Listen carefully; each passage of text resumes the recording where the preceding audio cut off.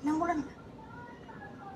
Abroad, masarap lang siyang pakinggan. Pero kapag inyong naranasan, bawat sintimo na aming pinapadala ay inyong pinapahalagahan. Sa laki ng bahay na ito, kami lang naman ang naglalaba, naglilinis at nagluluto. At nariyan pa ang palautos naming mga amo. Hindi pa nga tapos sa isa, mayroon na namang iuutos na trabaho. Pero hindi kami pwedeng magreklamo dahil yan naman talaga ang pinasok naming trabaho. Para pagdating ng katapusan, mayroon kaming pera na ipapadala sa inyo. Dito sa Saudi Arabia, mahirap ang batas nila. Maaaring ang mga buhay namin ang mapahamak kapag kami ay nagkasala. Kaming mga kasambahay ay kaniya-kaniya ang aming mga istorya. Dahil hindi naman kaming lahat ay pinagpala.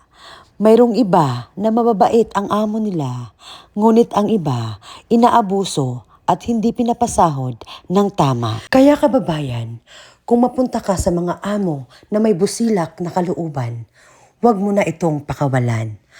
Gawin mo ang lahat para ikaw ay magustuhan. Magustuhan sa maayos na paraan.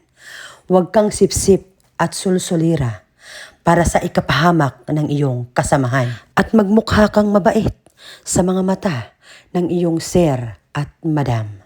Tandaan mo kabayan, pareho tayong nakipagsapalaran. Higit sa lahat, mayroon tayong pamilya na binubuhay at pinapadalhan. Kaya easy ka lang kabayan. Huwag kang umastang parang madam.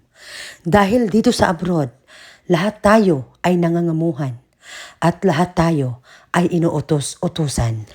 Kahit ano pa man ang trabaho mo dito, huwag na huwag lumaki ang iyong ulo. Magpakabait ka sa iyong trabaho at makisama ka sa iyong mga katrabaho. Kabayan, saang sulok ka man, alam kong ikaw ay nahihirapan.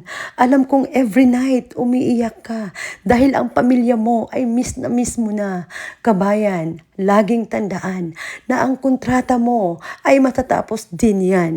Kabayan, alam kong ikaw ay pagod na pagod na. Ginawa mo na ang lahat para magustuhan ka. Halos hindi ka na nga makapagpahinga, di ba? Lahat ng trabaho ay ginagawa mo na dahil ang gusto mo lang naman ay ma-appreciate ka. Pero si madam ay napakabungangera. Alam kong sa puso mo ay gustong-gusto mo nang umuwi. Pero sabi ng utak mo, tiis pa. Dahil kung uuwi ka, wala naman tayong pera. Paano na ang ating pamilya? Alam kong kayang-kaya mo yan, kabayan. Ang galing mo, ang sipag mo, ang tapang mo. Lahat ng pagsubok dito ay ginagalingan mo. Alam kong stress na yung utak mo dahil sa pamilya mo na naalala ka lang tuwing sweldo. Dagdagan pa na napakasalbahe mong amo. Basta wag ka lang talagang sumuko. Kapit ka lang at nandyan siya para sa iyo.